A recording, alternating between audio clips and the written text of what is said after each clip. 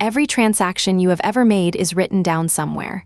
For most of history, in private books behind locked doors, now there is one book, real-time, and it does not just record, it decides.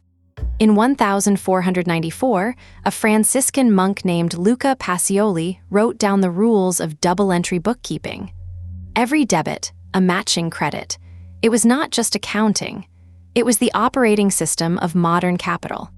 200 years later, in 1694, the Bank of England opened its first ledger and lent a government money it did not have, recorded as debt the public would repay forever. Whoever keeps the ledger does not just count the money. They define what money is. The old ledger was passive. It recorded what happened. The new one is active.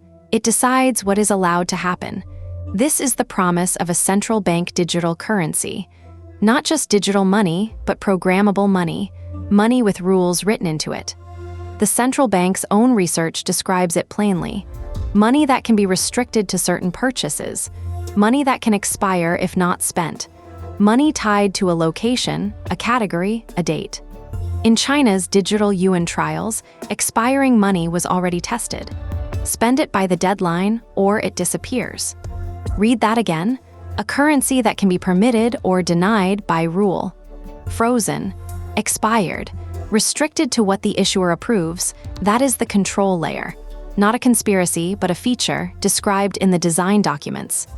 The same architecture that makes payments instant and transparent makes them conditional. When money becomes code, spending becomes permission, and permission can be revoked. A ledger that decides needs someone deciding. Tie it to identity, to behavior, to a score, and money stops being something you own. It becomes something you are granted and can lose. This is the quiet part, not whether the system can do it, whether anything stops it from being used that way. But every ledger has a blind spot. The architecture does not fall, it gets routed around. Who steps outside it, and how, is the story that ends this season.